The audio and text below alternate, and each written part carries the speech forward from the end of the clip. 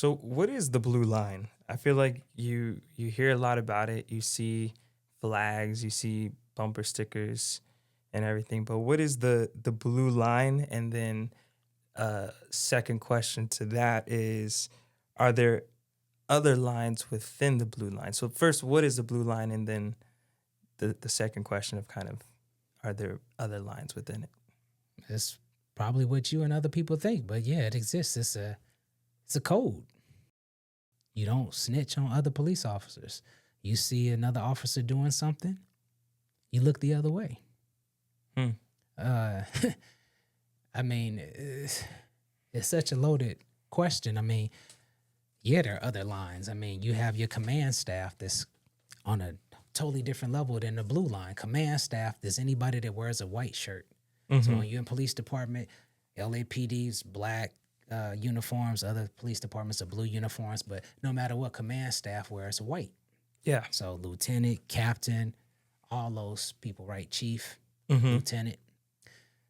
So these people to me are like politicians, senators, congressmen, Mm-hmm. been in office for 30, 40 years, no term limits. So they're so insulated because they have the backing of politicians, they have the backing of community leaders, they have the backing of business owners. Yeah. So they protect each other. They're there to protect the institution, which is the police department. So that's one whole, political process line that you can't penetrate. And then the soldiers, right, that are on the street taking regular calls every day, Yeah. then they have their blue line. So it's hard to cross it because ultimately you are alienated and you probably won't be a police officer for long, which is ultimately what happened to me as well.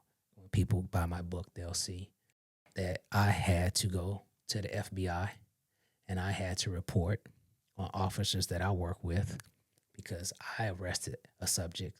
Yeah. I literally gave him a Miranda warning, Yeah. put the handcuffs on him. That means nothing to you in a regular society, but that means I, Todd, am responsible for that young man because he's in my custody. Yeah. It's just like you putting a child in a car seat that can't get out on their own. They're seat belted in. You're responsible for them. The child, unless they're 8 or 9, you still put them in a car seat. They Right. can't take off the seatbelt and jump out the car seat alone. Right. So as a police officer, unless I give that prisoner, that subject, to a correctional officer, which I then have to sign over, I literally have his life in my hands. They chose to take him out, and I'm going to just go past this real quick because it'll take forever. Put him in a detective's office, questioned him. He gave them bogus information, which every subject who doesn't want to go to jail does.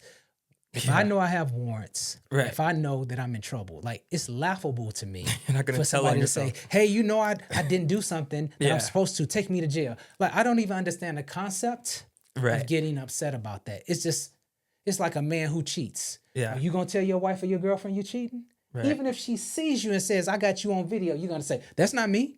Yeah. So why do you think the guy you arresting is going to tell you that he deserves to go to prison?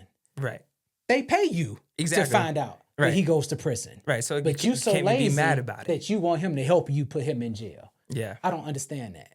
You getting paid for 12 hours anyway. I always work 10 or 12 hours. Yeah. So what else you going to do with your time? Take his fingerprints, right? Find out who he is, even though he giving you bogus information. That wasn't good enough. Yeah. They took folding chairs, beat him, broke his nose, broke his eye socket, broke his jaw, and then told me, because I was a rookie officer at that department, take him to the ER. So again, post Rodney King, black man with another black man handcuffed to the chair, waiting in the ER. And when you're a police officer, there's no special treatment.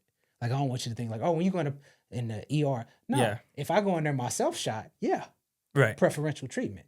But with a subject, unless he's dying and shot, no. We sat and For we hours. sat. And every sister that you can think of, every brother that came in there looked at me like I was absolute trash because the natural thing is to think, You did it. sell out, pig, Yeah. you beat your own. Actually, I didn't touch him. But I'm an empath, right? Father wasn't in my life, beaten, abused, lost my mother. So me and him conversating. So Mm. I'm literally in a waiting room for 2 hours. I promise you that's how long it was. So over Wow. 2 hours, we talking. I'm going to go get him ice, gauze pad, because the blood. So I'm starting to feel more connection with him Then the than officers. these idiots that I work with. Doctors says, okay, he needs to get X, Y, and Z done because when somebody is hurt like that, they have to get what's called a fit for confinement, meaning I cannot legally put you in jail, meaning real jail, Yeah. and you have these ailments because if something happens to you, you have internal bleeding or get an infection or whatever, you can now sue the department in the state. But once the doctor signs off on it and says, okay, yeah, you're hurt, but it's not a communicable disease and you'll live. Now I can lock you up. They'll Gotcha. even let you go to jail with minor medication. He needs to get aspirin every 4 hours. He needs to have this ointment. They'll still let you go to jail for that.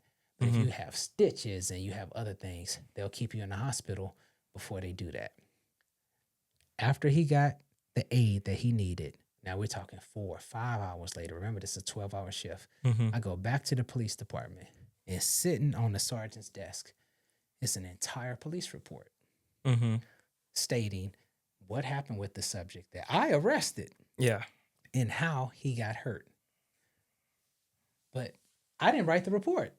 But at the bottom, it's typed and says my name with my badge number, and he hands me a pen and he says, sign it. And I Wow. said, sign what? He said, sign the damn report. And I said, but not only is none of this true, he never fought any of us. Yeah. You guys just beat the hell out of him. And now you're going to tell me, after I've been in the hospital with him for 4 hours, that I now have to sign this report that I didn't even write. Yeah. That's So, crazy. I could go on and on, but to make a long story short, the FBI got involved and that man sued the police department. As you should. Yeah. And that was kind of your transition